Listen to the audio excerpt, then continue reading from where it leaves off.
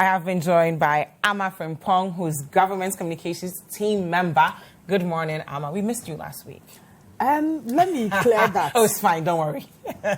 How are you? I'm fine. I had calls and I had to write a thesis on it because but Mr. we're happy Citi to have you here. Was not amused. He thought I had boycotted the program, which was not the case at all. Okay. There was a little miscommunication somewhere, and people got their wires crossed. So it wasn't a deliberate attempt not to appear last week, Wednesday. But we're happy to have you. I love coming to We Citi love having because you I'm too. de facto member of staff who is graciously waiting for her D2R ticket. I already have the jeans, I have the T-shirts, I have my trainers for later. I'll start on with heels and then I'll go into the trainers. So everything is set. And if you don't have your D2R tickets yet, you know what to do. Amma, you can actually dial *447 *973#. I know I can dial, but I'm waiting for the Citi one. And this is Ghana. Everybody will shop for in websites. So, I need to. We've also been joined by Abigail Elorm Mensah, who's Deputy National Women's Organizer for NDC. Good morning, Abigail. How are you? I'm well, thank you. Thank you so much for being with us. You're welcome. Are you going to come to D2R as well? You have to. Unfortunately, I do every year my church camp meeting. Oh. So, and it falls on, it starts from that day. It's okay. So you'll be praying and I'll be praying with you. Okay, perfect. What did you both make of the district elections yesterday? Were any of you hoping Honorable Aponcho would win? I was hoping he would win. Really? Not because I knew him or anything, but just because of the way he went about. He was so serious about his campaign and all that. I had not listened to, I had not heard of him before. I just watched him on Nanabe's show. Yeah. And then I think later on Akua Betu's program on TV a few of the and other all shows. that. And I was like, look, he's this guy, enough. Yes. So I was just hoping that he will win just to give himself that kind of, it takes a lot of courage to really come out to put yourself out there. So I was hoping he will win. It's unfortunate. But how was your experience voting? Because I see that you... Yes. I went to vote. I voted in my constituency, Akua South, and I did a few rounds, a few police stations, and for me, in my constituency, it was okay. And I felt, let me thank the people of Akua South, because you see, my constituency is a typical MPP area. Is one of the strongholds of the MPP when you go into the Eastern region. In fact, we share boundaries with where the president comes from. Wow. That is Chibi, And so you'd expect that when you put up somebody, a known NDC face, it would be difficult for the person to win such an elections. But for the first time in the history of that constituency, out of the 18 assembly members that got elected, 8 of them who are known NDC members, people know them as NDC people, but they still looked beyond the politics and then went for those people. It tells you that if we had done politics and said that, okay, let's do NDC MPP, the people may not have voted for them because they will be loyal to their party. True. But when it is beyond politics and we are looking at competence, we are looking at people who can best serve the interest of the communities, they went in for such people devoid of the political tag on those people. So I'll commend my people,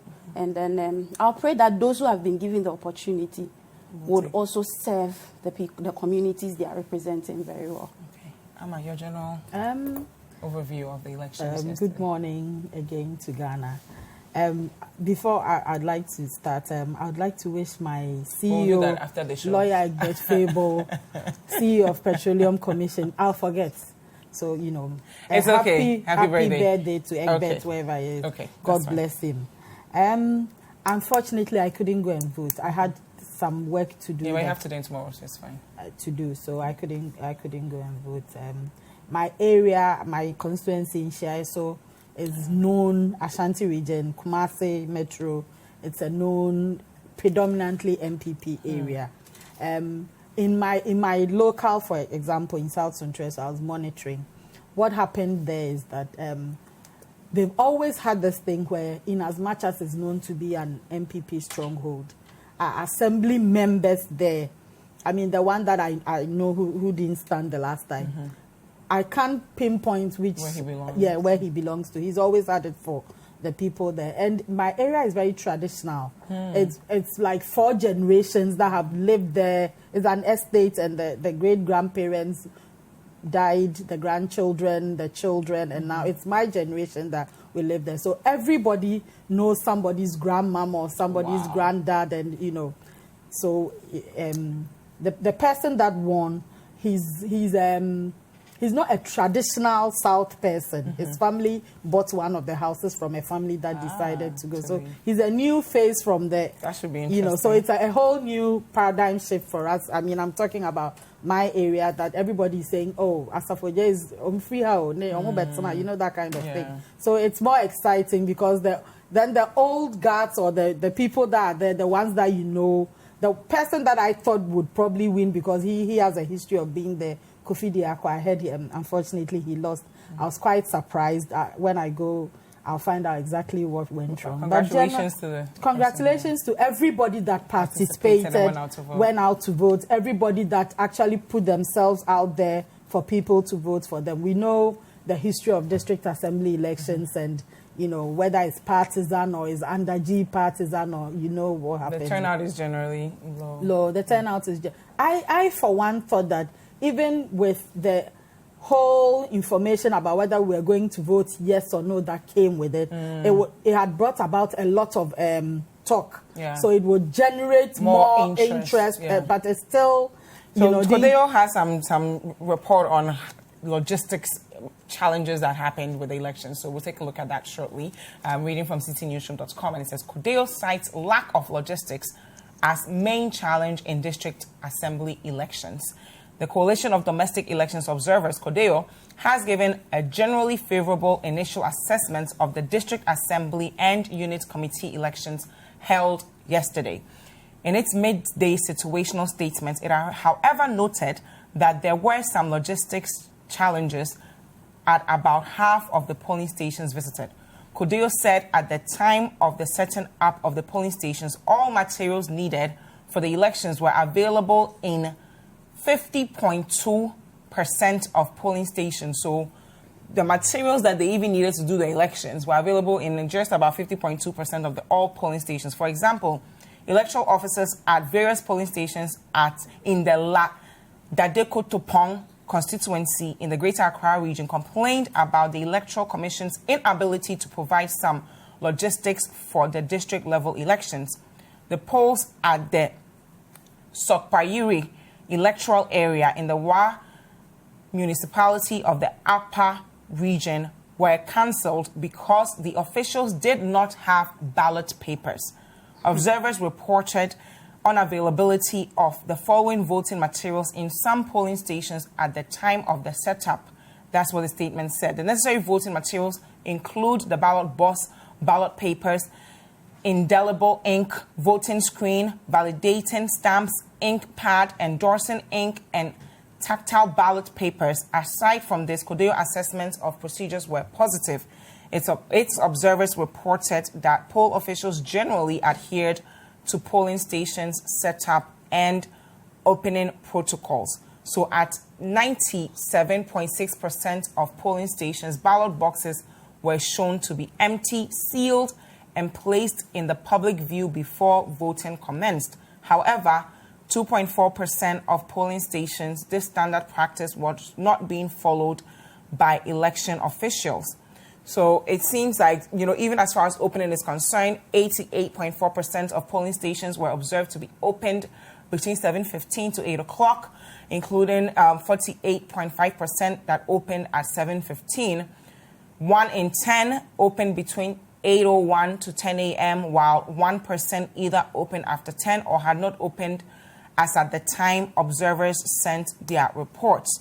3/4 of the polling stations, standing at 72.9%, Kodeo observers saw stationed uniformed security personnel. So overall, it seems the feedback from Kodeo is good, but as far as getting all necessary materials, the score was just about 50.2%. So, Abigail, I want to hear from you on this observations by Kodeo. I think that generally reports we've had indicate, and from the Kodeo report, it is not bad. Yeah.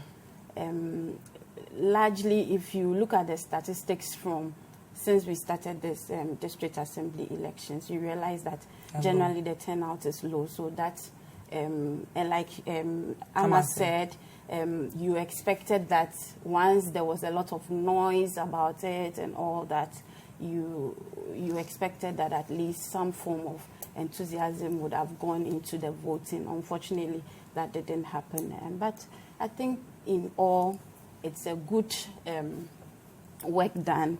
We would expect that with the report that has come out, there's no perfect electoral process in this world. So we expect that each process that comes up, people learn from it, or the commission learns from it, and then betters it in the next elections. We are hoping that with the report, unlike other reports that Kodeo have brought, that the Electoral Commission has rubbished it, they will take this one serious and then make sure that the right things are done going into the 2020 elections. Thank you. Amma?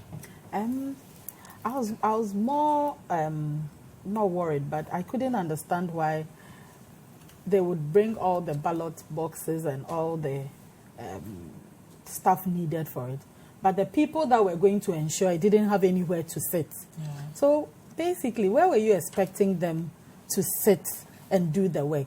Because yesterday on Point Blank, they had one of the assemblymen, I think the Braka area one, and he said, because it's not meant to be partisan, you are even not allowed to serve them with water, food, or anything. It all has to come from the they get all the logistics. It's hope that everything is given to them. So you sit down and you notice that the EC person had been sitting for like 4 hours without any water or food, but you are constrained from giving them, because the moment you go and do that, it's perceived that you are trying to, influence them or something like that. So these are some of the little things that should not even come up. I don't know who is supposed to provide these chairs and tables or whatever. Is it the assemblies that are in the areas, or the is EC it supposed to provide them? Because it comes as a package. So if you are going somewhere and you are able to bring them, eventually at Ladadekotopon, they had to go to the school around there, and the headmaster, I was following, the headmaster had to give them some chairs and table like that. Even if that's what you have to do, the EC should move ahead, a night before or the day before. You speak to the people, the headmaster, you'd write a letter, asking permission, can we get a few chairs here and there? You have people in the assemblies or who are willing to help with all these things. They can do them. The other thing was that some people did not even get the materials at all. There was a place that the materials got there at midday, and the aspirants themselves came to a decision that, look, it's going to go into the night, so we are all going to go and sleep, and then in the morning, we've had these issues.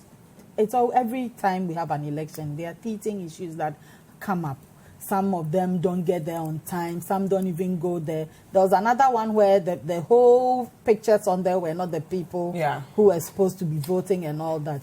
I'm saying that they always give the margin of error, but these are little things that we are hoping that next year is a general election. We can't afford to have these things. We are hoping that this would be one of the issues that, going back to the drawing board, they are going to look at, move forward, and ensure that even if we are not getting 100%, at least 99% we are there. Thank you. Now, one of the issues we had yesterday or observed was just general voter apathy.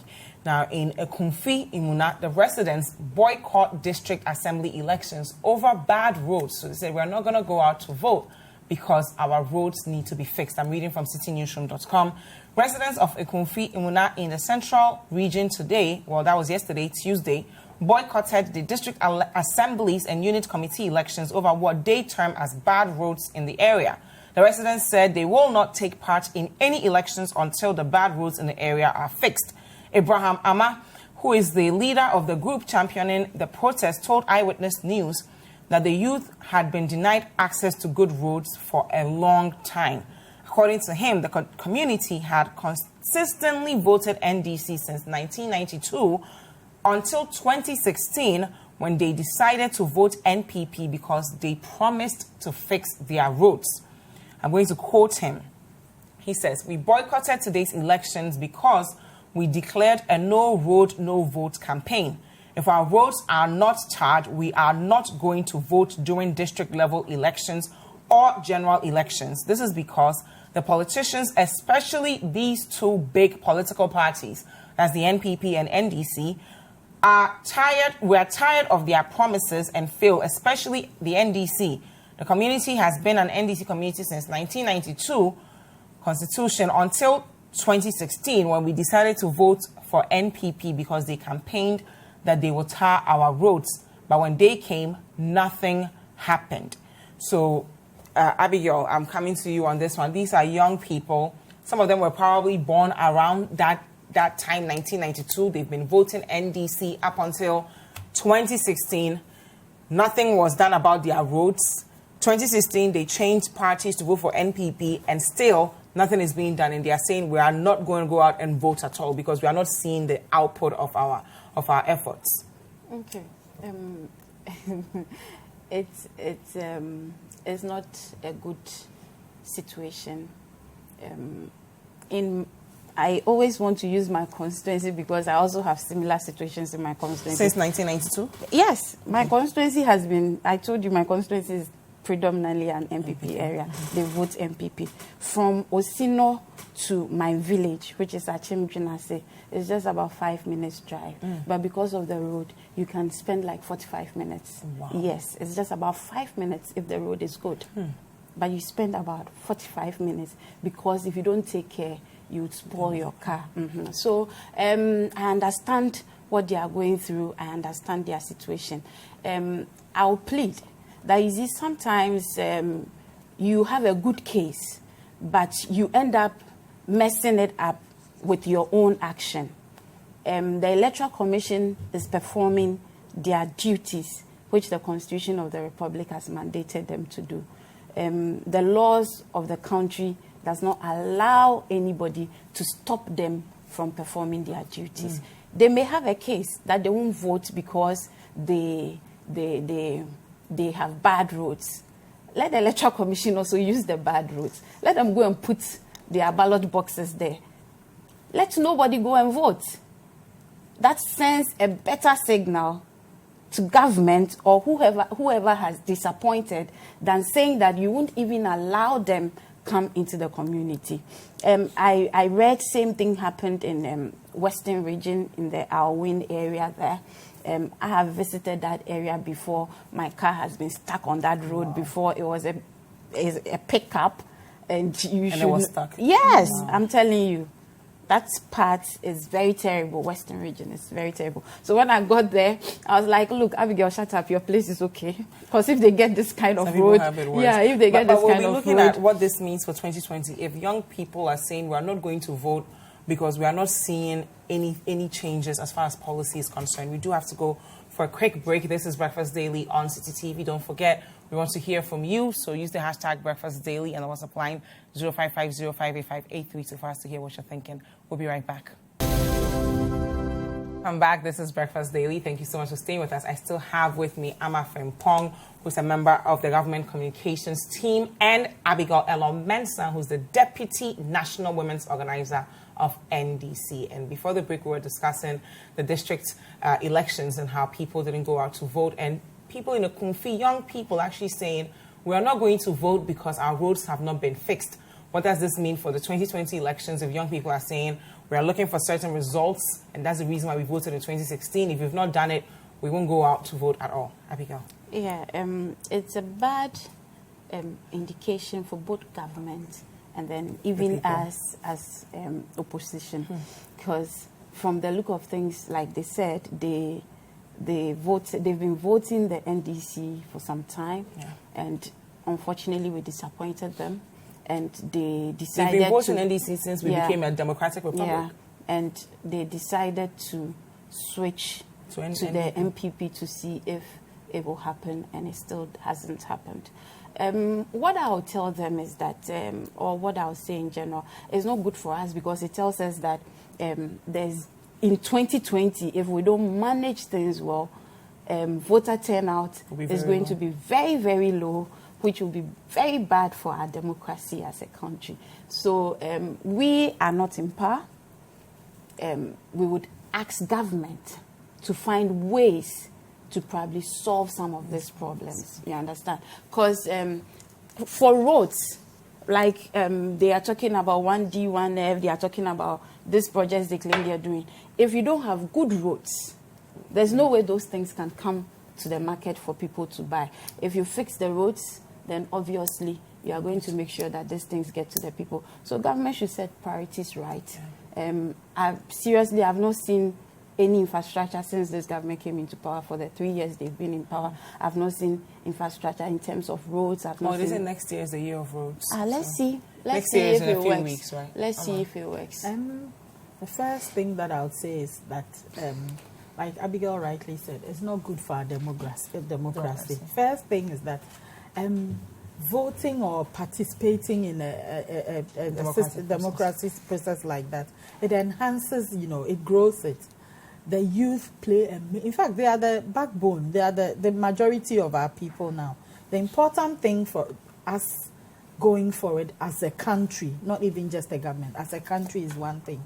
That when we say voters are woke, the system, that's the word. It tells you that gone are the days when people listened to policies, but then when they were going to vote, it didn't make much of a difference. Yeah. Even if it's 2% of our voter population that are now following that trend, it tells you that you just can't go and stand there in the heat of the moment, say things and get away with it. When the time comes, they are going to use that same yardstick to judge you. The people of Ekumfi, unfortunately, what they did in a way was not right. How so? Because you can't stop them. Allow them to come in, put their stuff there. If you are not going to go and vote, but because of bad roads, you are blocking them from entering your town. Do you understand the magnitude of having bad roads I'm for not 27 years? I'm not downplaying. And these are people whose parents probably were NDC. They are the people who probably said, we are not going to do this NDC thing anymore. We're going to do NPP because we want results. And NPP I'm not downplaying it at all. I'm just saying that allow them. They've come in. They are there. Get them to put their stuff there. If you are saying you won't vote, the youth won't vote. Maybe somebody else, maybe 2 people wanted to vote.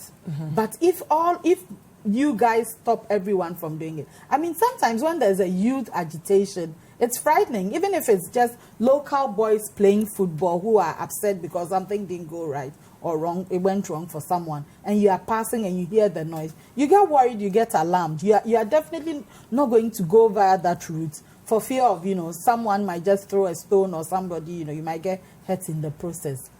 We understand the frustrations. It's not for anything that the president has declared that 2020 is our year of roads. If not for anything, anyone is not seeing any infrastructure going on.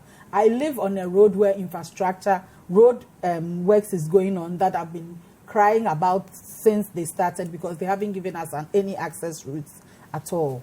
That's the Amma stretch. If you are going from Accra to Kumasi or to the north or wherever, that's one of the roads you are using. You are going to see it. If you go into Tamale now, when we went for the youth conference there, when we went, I saw roads happening there or a major interchange, the Tamale interchange going on.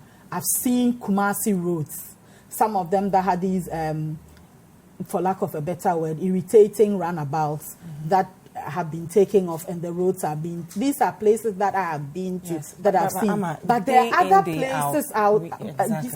I'm not disputing the fact. I'm not going to sit here and say that people don't have bad roads. I have been to areas too that when I get... We've done enough to serve those areas. We haven't done enough. Nobody is saying that it's been all kosher. But this is a government that has taken the step to say that, look, in 2020, it's going to be a year of roads. It's not if at the end of the year or if we enter 2020 and you are saying, okay, I'm not going to start, let's say, from January till May. And then I come back here on this day and you throw it to me and you say, Amma, I'm putting it to you that you said on here that 2020 is going to be a year of roots. We are in May. I'm still not seeing anything. And you have every cause to say that. And what would this mean for the elections? Because 2020 is a big year. It would mean that people that, if let's take the the Afrobarometer survey.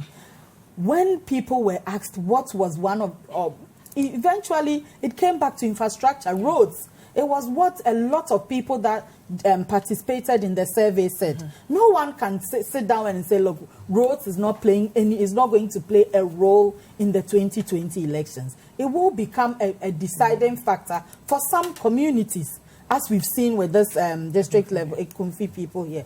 I would also say to them that yes, you have a very legitimate cause. You are right in saying that, look, if you don't fix our roads, because this is why we moved from 1990 to what's been going on to and did this paradigm shift. So make sure you do it for us. The MC there, the new assembly people that have been voted, when they go in, I'm sure they themselves, the assembly people, will not sit down and expect that the people will not do that again if they don't see it. It's a wake-up call. It's not just Ekumfi. Maybe Ekumfi was the one that came out boldly. Yeah. There are other places that are also crying. The Western North. There's a road that a friend of mine who comes from there, he always says it's Benchema Road. You know, these are roads that people use a lot and they complain. So please, if you have any issues like that, by all means, make noise about it. By all means, highlight your plight.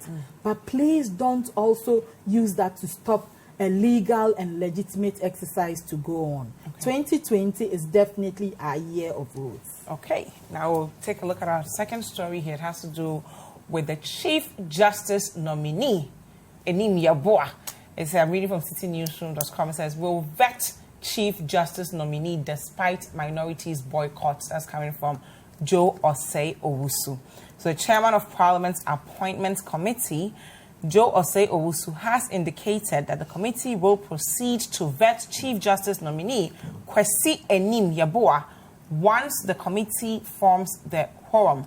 The minority has decided to boycott the vetting scheduled for Saturday, December 21st, because they believe a critical process such as that should not be rushed. Speaking to Citi News, the first deputy speaker said the committee will proceed with its work. I'm going to quote him. Parliament or committees of Parliament usually advertise our meetings, and when we meet, all we look out for is a quorum. Once we have a quorum, we do not disaggregate the members to say who is the minority and who is the majority. Once the day is due and I have a quorum, we will proceed with the business of the day. So this has to do with minority saying we need to follow certain processes. So I'm going to quote it briefly. The minority said it will resist the government's attempt to fast track the confirmation of the nominated Chief Justice Kwesi Enim Yeboah. The refusal of the minority in Parliament to participate in the scheduled vetting of President's nominee has nothing to do with the person of the nominee. The minority is refusing to depart from the usual practice of Parliament in giving the public a 2-week period to submit memoranda on nominees before they are vetted.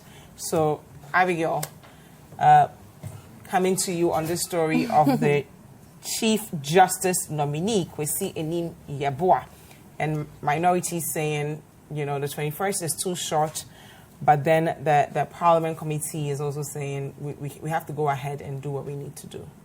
Okay. I'll first of all congratulate Justice Enim Yeboah for his appointment. And then I'll say that we all know that Parliament has processes that they follow.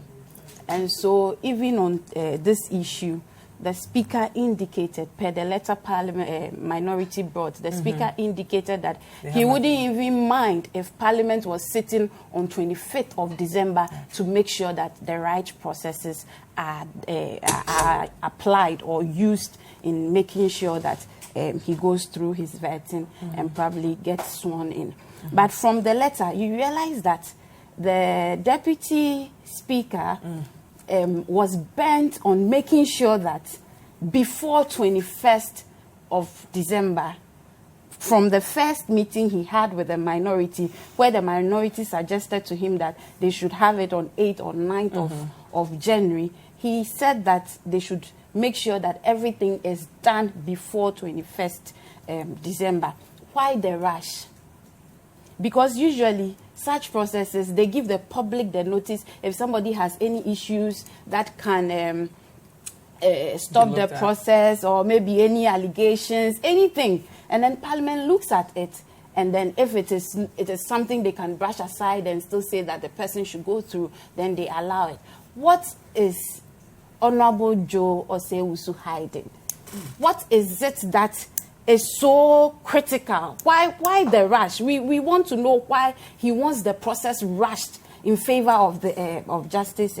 But he's saying on their level, they don't look at it from minority or majority. They just look at it from what they need to do. But when you go on the committee, there's the minority and there's the majority there. But at that point, they are committee members. Yes, they are committee members. But if you withdraw the minority members from that committee, it doesn't make it a committee anymore. It then becomes only the majority members of Parliament on that committee. Yeah. And we have no less a person than our minority leader as part of that committee. And they are saying that they need to look at documents. They need to make sure that the right processes are followed. Is it that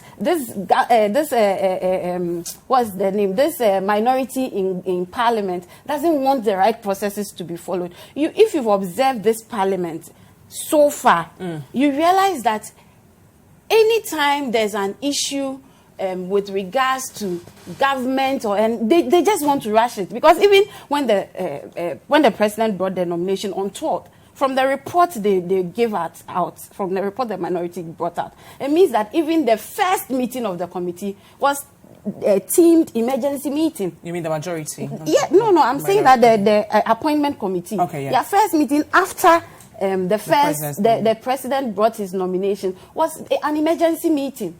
What is so emergency about the appointment and then the vetting and all that they want us to rush it? Is there something they are hiding? You see, when you do things like this, then you start giving people the suspicion to now start thinking and fishing out for information and all that. Is it that they are hiding something? That is what we want to know. If they are not, from 21st to 23rd, the minority per the statement is saying that they are okay with a 23rd, a 27th, or a 30th vetting. So what is stopping between 21st and 23rd? What is the difference? So in fact, they agreed. No, in fact, they agreed to the fact that instead of the normal 2 weeks, they agreed that you do it 1 week, and the 1 week will bring you to 23rd. So why is he in a rush to even stop the 1 week from happening? Okay. Amma. Congratulations to Justice Kwesi Enin-Yeboah. It's not in doubt that he served his country well. He's qualified. He has the know-how.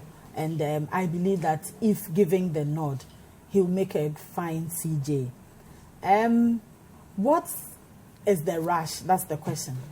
What also is it that is making them drag their feet? For 2 weeks is dragging your feet. No, or no, 1 I'm week asking. Is She asked a legitimate question. And I'm asking, is 1 week considered dragging you're for position as critical as he's going to be vetted. He's not just going to be sworn in or passed. He's going to go before a vetting committee. We had 3 Supreme Court judges. Congratulations to them. Yeah. All ladies who went on, and very refreshing. I saw the swearing in yesterday. But this is a position for Chief Justice. I'm not disputing. Is that something that we can take our time to make sure we dot our I's and cross our T's? 23rd. The only day in between is Sunday. That's so 23rd is Monday and 21st is Saturday. If I'm right, I'm getting the 23rd is Monday. Yes. Monday. So what is it that we can do it on a Monday then? What is it that they are also hoping not to do that they can't do the Saturday? I'm also asking a question. Okay. If you are saying that somebody is in a rush, albeit, what is also preventing you? Is it that on the Saturday that the vetting is meant to be coming on? And Honorable Joe Osei-Owusu mentioned something that the vetting will go on if they get a quorum. So he's not even saying that by all means, by hook or crook, we'll get it. So if we get a quorum, which is what's needed, we will go ahead with it. How many members are on the committee? How many are needed to form a quorum? He was giving the ways, the steps that's going to take. If they get the quorum and they go in on the 21st and do the vetting, and he goes on, the minority, if you are hinting of a boycott, he's not going to be the Chief Justice of the Republic of Majority. He's going to be the Chief Justice of the Republic of Ghana. Isn't that even a stronger point to consider where the minority is coming from?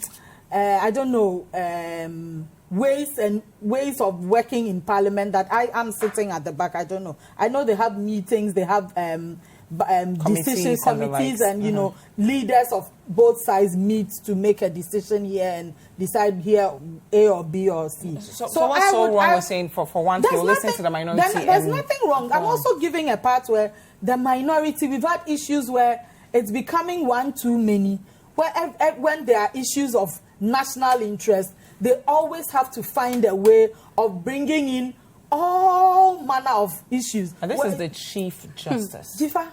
So if the man doesn't have any issues, I'm just coming from... Hypothetically speaking. Yes, the man doesn't have any issues. There's a vetting going on the 21st. You go in. Even if you have issues, isn't that the opportunity for you to ask? That's even a more open area, to sit there and ask, your lordship, this is this and this and this. If you boycott, let's say if you boycott, and then afterwards you come back to say, well, we didn't agree with it, it wasn't what we wanted. You have the opportunity to be there, especially the minority leader. I believe he's a lawyer as well. So maybe at one point in his private practice, he's gone, as they say, before the judge before. Maybe something, there are cases that even with vettings, there are cases that you've sat on that was maybe controversial, that somebody didn't agree to or has issues. This is a fine opportunity for you to be there to ask the questions. Let's also not forget that when you are voted in as an MP, you are not only standing there for yourself. So if I'm, as Amma, I'm standing for Klote-Kole, for example, I'm representing the people of Klote-Kole. Does that mean that everybody in Klote-Kole is happy that I'm boycotting it? No. You wouldn't have the opportunity to go from house to house to ask people, should I go and do this? At that point, you're doing it for your party. You're doing it for your party. You're doing it for your people as well, your constituents as well. So look at the national interest. Go to the vetting. Ask the pertinent questions that is expected of you as the smaller party in Parliament, and let's all move Ghana forward. How difficult is that? Okay, we'll move on to our final story, but do you want to respond? Yes, I just wanted to say that, you see, the MPs in Parliament, they are not representing themselves. They are representing people in Parliament, Ghanaians in Parliament, Sorry. first of all. And then secondly, probably their political parties. Now, they are saying that, look, we need information. We have not gotten that information. It has to be 2 weeks. It has to be 2 weeks to gather that information from the people so that we can go ahead with the vetting. We are saying that, okay, we can even compromise and then come to a 1 week understanding so that we can vet the CJ on a set date. You said no, and then there's somebody hiding anything other than you. I don't see where this whole thing is headed towards. Because like you said, 21st is a Saturday. And then 23rd is a Monday. So why are you pushing members of Parliament to come and work on Saturday when they can do it on Monday? Between Saturday and Monday. Do you know the kind of information they may get? You get it? But we are if they don't have that information all of this week, what more would they get? So that is why they are saying that give them, they've agreed to the 1 week. Okay, that's fine. It's supposed to be 2 weeks. Yeah, but they said that we agreed to 1 week. So what is it? I don't know, but what is it that even the 1 week you are fighting against it? I get what you mean. Well, we hope everything goes well with Parliament and that, we come to a consensus and do the nationalist thing. So we're going to take a look at our final story here. I'm reading from citinewsroom.com. It says, clamp down on Western Togoland militia group. Security analyst to government. A security analyst, Colonel Festus Abuaje, retired, has said the activities of the Homeland Study Group Foundation could degenerate into an insurgency if urgent steps are not taken to halt the trend. He said recent photos on social media that shows the group reportedly training some young people as military officers poses a serious security problem in the country, and urgent action must be taken by the country's security agencies to clamp down on them. According to him, the trend of the group's actions points to the fact that the group has a well-planned itinerary to execute, which may destabilize the country. So I'm going to quote Colonel Abuaje briefly. He says, the idea that this is generating is becoming serious, and bearing in mind how we could end up where other countries are should give great cause for concern. If any group or persons anywhere can assemble on the sovereign territory of Ghana and conduct training, which could be about 8 weeks or more, and graduate before national intelligence gets to know there is any obvious case that there has been intelligence failure here. So he's saying we can't look on for these guys to do whatever they want on a sovereign land. We may get into issues that other countries have faced. So we need to do something about this. We need to clamp down on them before it's too late. And we know that we've all taken this whole Western Togoland thing as a joke, but it might be a big problem that we need to deal with. Amma? Hopefully it won't be a big problem or a bigger problem that we need to deal with. I'm sure national security and the relevant security agencies are on top of it. I believe that they are going to do the necessary preventions so we don't get there. Colonel Abuaje yesterday mentioned Cameroon. He cited that as an example, which was very pertinent. And I believe that not everything that we see out or not everything comes out into the public domain.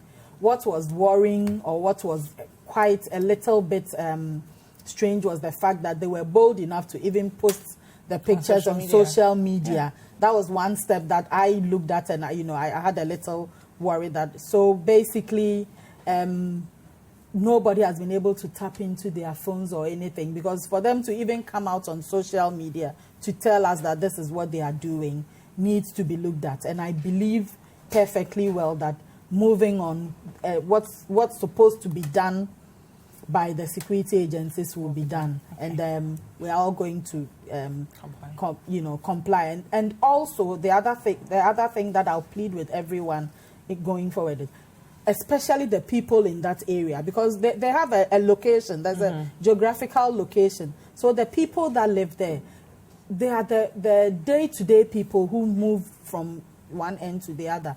Give the security agencies the needed information.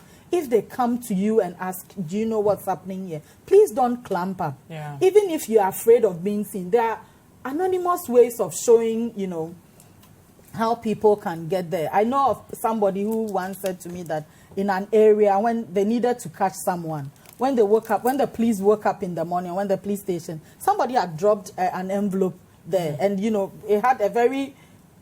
it would catch your eye. So one police officer picked it up, looked in, and it was information for them, and it helped them. Okay. So even if you don't want to be seen as being the whistleblower, you have ways and means of reaching out to people. So the people living in that quote and unquote area that's termed illegally as Western Togoland, please be a nationalist. Do what is right for Ghana. Okay. Thank you. Abigail? Yeah, for me, it's interesting. What I want to find out is what is the proof that this is water region? What do you mean?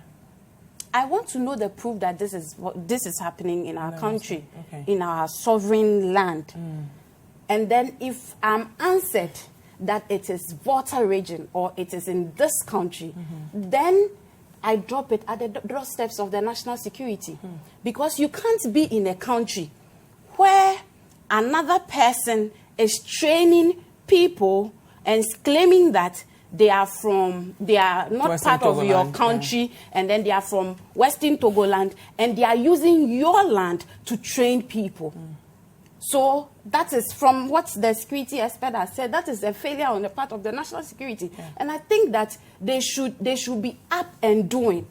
If this is really Volta region, then there is something wrong with our security structure in this country. Because you see, this is the first government in the history of Ghana where we have a national security minister, we have a national security coordinator, we have a defense minister, we have an interior minister, we have in that sector we have a lot of people who are supposed to do their job. Are they doing their jobs right? It's like they are not doing anything. Because if you are doing something, you should be able to know that this is really happening. And even before it happens, you should be able to get the people behind it.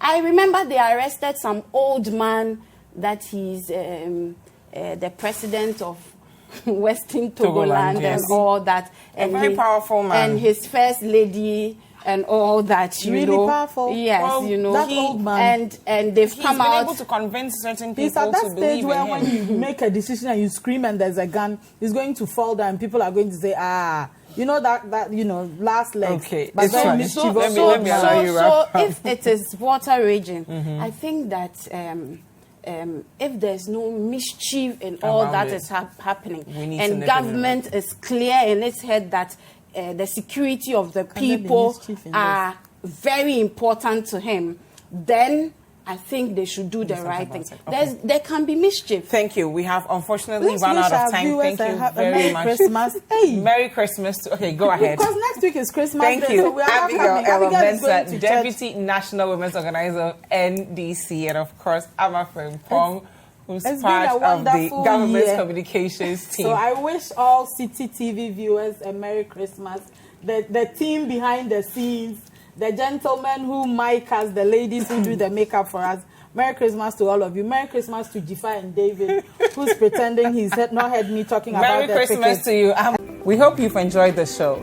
Make sure you subscribe, like, comment, and share with your friends. This is Breakfast Daily on Citi TV. Join the Breakfast Daily team Monday through Fridays from 7:30 a.m. to 10. Join us for breakfast daily, only on Citi TV.